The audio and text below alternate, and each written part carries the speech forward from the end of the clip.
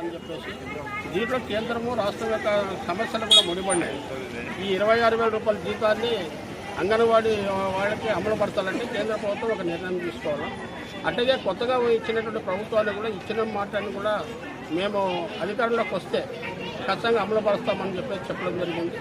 ఆ సమస్యలు పరిష్కరించాలని, అట్లాగే ఆశా వర్కర్ల సమస్యలు కూడా మరి అనేకమైనటువంటి సమస్యల పైన గతంలో 2018-19లో కరోనా వచ్చినప్పుడు కూడా వాళ్ళు అనేక ఇబ్బందులు పడినారు. ఆ ఇబ్బందులను కూడా ఈ ప్రభుత్వం వచ్చిన తర్వాత దాన్ని పరిష్కరిస్తామని కూడా చెప్పడం జరిగింది. అట్లాగే మున్సిపాలిటీ వర్కర్లు కానీ అట్లాగే అమ్మాలే సమగ్ర చట్టం కాపాడాలని.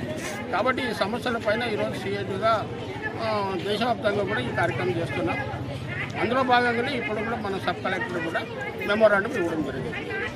నా పేరు ఈరన్న, సిఐటి జిల్లా ఉపాధ్యక్షుడు.